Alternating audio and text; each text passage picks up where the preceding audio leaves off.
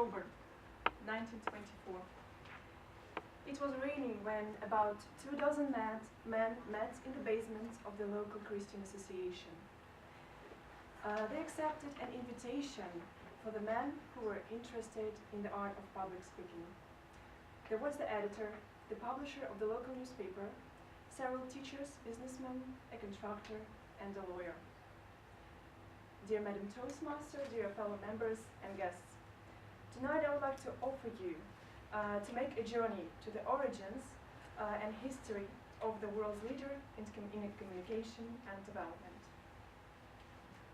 Toastmasters International. Of course, we all know that a great achievement starts with the idea, and even a very big corporation starts with several enthusiasts, a small group, or even from one person. And Toastmasters actually was not an exception. The person, the founder of Toastmasters, was Ralph Smedley, the director of education in the local Men's Christian Association. As an educator, he saw a need in for men to learn how to speak and conduct meetings. He had such experience before, and he decided to share it with them. So, in 1924, he organized his first meeting just in the basement of his association, where he met just about 20 people who came there. And he named that club Toastmasters, and eventually it became club #1 in Toastmasters International. And of course, the time passed, and more people found out about these clubs, and within the years, you may see how many clubs opened. From the 1920s till 1965, there opened about 3,500 new clubs all around the US and abroad. According to the Toastmasters magazine, some people realized how fast the community grows and how much money it was possible to make from launching new clubs. And of course, such people, they didn't miss their chance to share this idea with Mr. Smedley. And of course, his answer was always the same.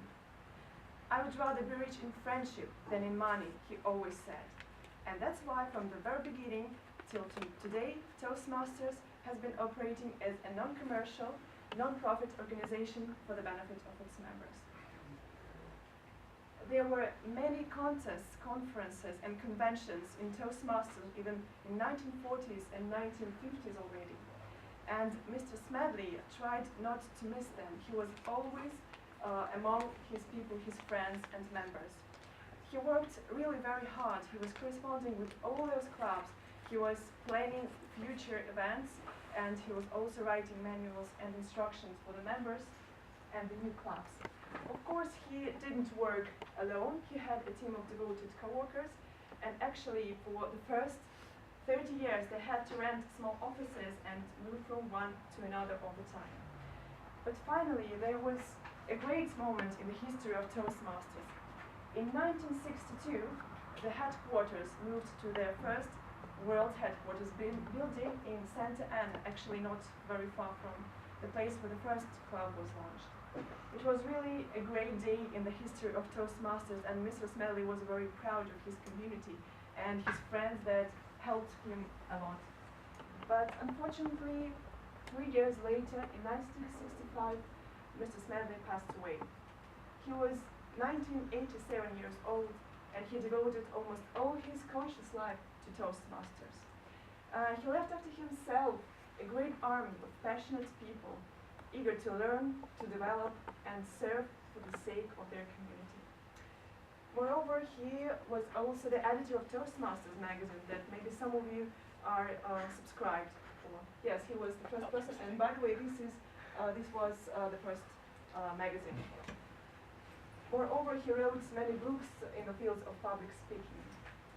And of course, he wrote the manual of instructions that we are using all today. Of course, it's a bit modified according to the time, but yes, he was that person who really did all this for us. And moreover, for his contribution to the world, he received a lot of appreciation from different people. He received a great honor. He became a doctor of human letters for all of his great books. And one of the high schools in Santa Ana was named after him, and till now it has the name Ralph Smedley Junior High School in Santa Ana. And of course, I must say that thanks to the founder, Toastmaster was well known among the governor leaders.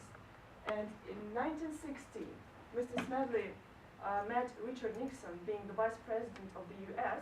And by the way, Richard Nixon deeply appreciated the work Mr. Smedley did. And he wrote a letter of greetings for the 50th anniversary of the Toastmasters. And also some other people and leaders from the government also were praising Toastmasters and sent their letters for the 50th anniversary. And you will see on the right the letter of Ronald Reagan sent to the headquarters of Toastmasters. Of course, the time passed, more and more people find out about the community, and thanks to communication, nowadays we have 126 countries involved. And you will see on this map that almost all Earth is involved because it's colored, and only there are just a few spots, the gray spots, that are still not involved, but I think in the future they will also join us. So we have 14,700 clubs, 320,000 members all over the world. And I must say that the last year Toastmasters celebrated their 90th anniversary. And I was actually researching the diversity of these clubs, and I was so surprised to see that last year thousands of clubs sent their pictures, videos, and greeting letters to the headquarters, and they were celebrating this day as their own birthday or as a birthday of their dear friend. So, dear friends and members, I encourage you to appreciate the history and achievements of Toastmasters like other clubs do. We all need to communicate more, to give and gain our feedback, to guide each other to achieve our mutual and individual goals. And in the end, I would like to quote a very famous phrase of Mr. Smedley, who always said about his organization.